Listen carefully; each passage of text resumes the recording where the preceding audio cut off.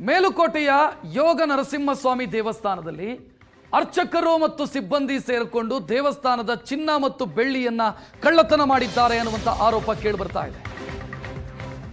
ಈ ಆರೋಪವನ್ನು ಮಾಡಿರೋದು ಸ್ವತಃ ದೇವಸ್ಥಾನದ ಇಒ. ಅವರು ಪೊಲೀಸರಿಗೆ ದೂರು ಕೊಟ್ಟಿದ್ದಾರೆ. ದೇವಸ್ಥಾನದ ಆಡಳಿತಾಧಿಕಾರಿ ಶೀಲಾ ಪೊಲೀಸರಿಗೆ ದೂರು ಕೊಟ್ಟಿದ್ದಾರೆ. ಪಾರುಪತ್ಯಗಾರ, ಅರ್ಚಕ, ಪರಿಚಾರಕ, ಕಾವಲುಗಾರ ಇವರೆಲ್ಲ ಸೇರಿಕೊಂಡು ದೇವಸ್ಥಾನದಲ್ಲಿ ಕಳ್ಳತನ ಮಾಡಿದ್ದಾರೆ ಅಂತ.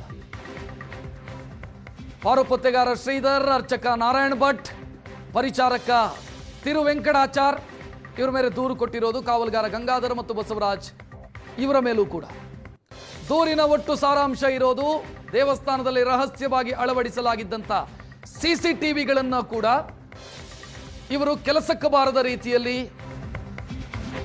ವರ್ಕ್ ಆಗದ ರೀತಿಯಲ್ಲಿ ಮಾಡಿ ಆ ನಂತರ ಚಿನ್ನ ಬೆಳ್ಳಿಯನ್ನ ಕಳ್ಳತನ ಮಾಡಿದ್ದಾರೆ.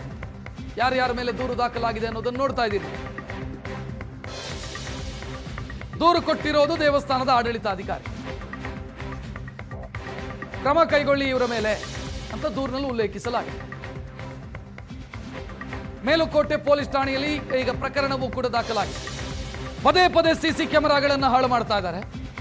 ದುರುದ್ದೇಶದಿಂದ ಹಾಳು ಮಾಡ್ತಾ ಇರೋದು ಕಳ್ಳತನಕ್ಕೆ ಅನುಕೂಲ ಆಗಲಿ ಅನ್ನೋ ಕಾರಣಕ್ಕೆ ಅನ್ನೋದು ಇಒ ಅವರು ಕೊಟ್ಟಿರುವಂತಹ ದೂರಿನಲ್ಲಿ ಉಲ್ಲೇಖ ಇರೋದು.